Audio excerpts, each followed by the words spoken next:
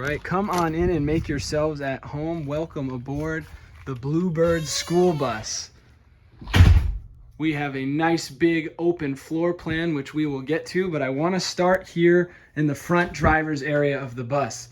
I have not touched a single thing up here. I wanted to keep this history alive, and it's just such a beautiful thing to think about all the kids who came into this bus nervous on their first day of school up these stairs and looked into the driver's seat where they may have gotten a reassuring look that everything was going to be okay, or a nice, good, warm good morning like I used to get from my old Stuart, the bus driver, when I was growing up. So very special. I wanted to preserve this in history as like a little antique, and it is not going anywhere. I don't want to change a thing.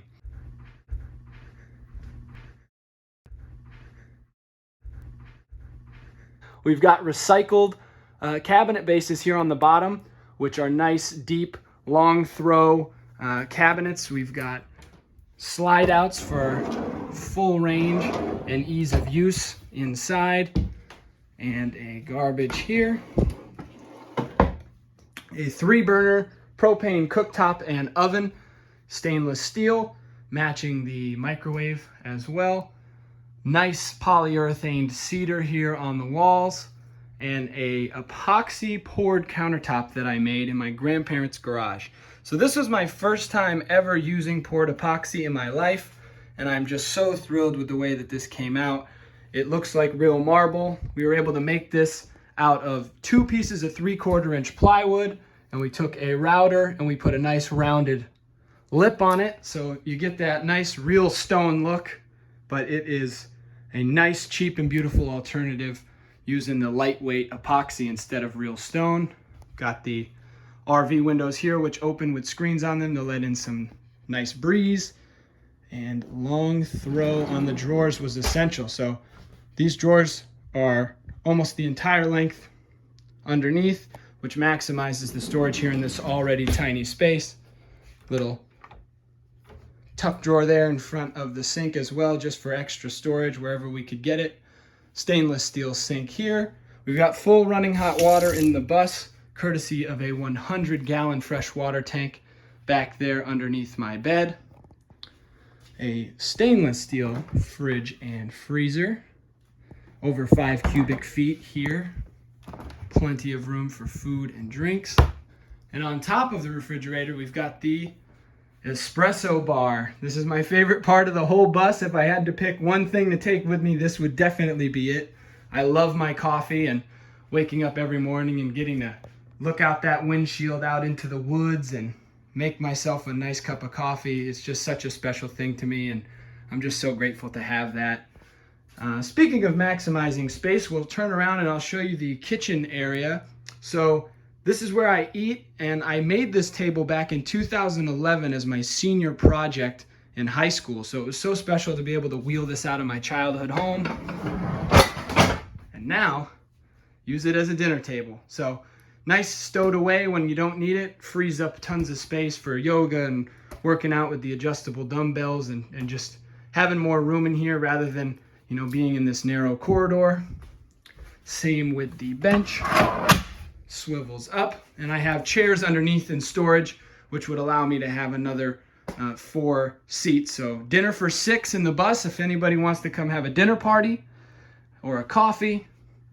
Across from the couch, we've got the fireplace, and underneath it is essential, like I was saying, to maximize your storage in these tiny spaces. So that is actually a flip-up coffee table here on the front, which also is hiding all of this storage underneath. So very important to maximize it, and we've done so there as well as underneath the couch.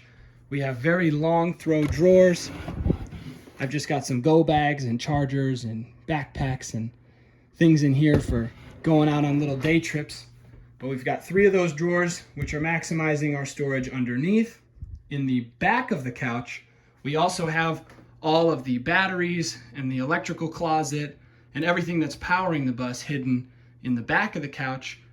And then its 4th function, in addition to holding the kitchen seating there, it also pulls out into a queen bed to sleep guests. All right, and let's jump right in, and I'll show you guys the powerhouse here of the bus. You saw the solar panels on the roof, which are bringing the power into the solar charge controller, which then puts all of that power onto the battery bank. When the power is needed, it is pulled through this inverter, which converts the power from 24 volts on the batteries into your 120 volt traditional residential power and puts it out to the appliances. So I learned how to do all of this on YouTube, and I'm very proud of it. I made every single one of these wires. I cut them, I crimped them, I put the lugs on and heat shrinked every individual wire. So this was a very fun project in an area that I had absolutely no knowledge or experience, and it has been successfully running with no hiccups, powering this bus for almost 100 days now. So turning around, I'll take a seat here on the couch and I'll show you guys the white bricks here that we used. The cedar in the kitchen transitions to the white brick here in the living room. As I said, I wanted to just change the textures on the wall instead of putting real walls in to make rooms. So you can actually see this is like a very realistic looking white brick. It's a thick raised foam board. So in addition to looking real, it is also very lightweight, which is an absolute win when you're trying to focus on weight savings. We've got the closet here, my shoe rack down at the bottom. I've got some clothes hanging up and some hat storage up on top. And then I have additional storage for my clothes here under the bed in that dresser. The walls in the bedroom are my favorite in the bus. This is a Japanese wood burning technique known as shusugiban, and it just brings the grain of this wood to life. We burned it with a torch and scraped it and then polyurethaned it.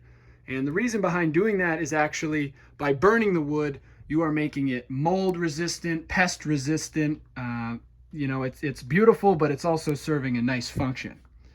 On the wall here, we've got the Tankless hot water heater, which allows me to monitor my water usage here on this live gallon tracker. And I can also determine what temperature I want my water to be, which allows me to save even more water, because instead of controlling the temperature at the outlet, I'm able to set the temperature here and then just turn the outlet all the way to hot, not using the mixing valve, and just overall saving and much more efficient. So very happy with my hot water heater.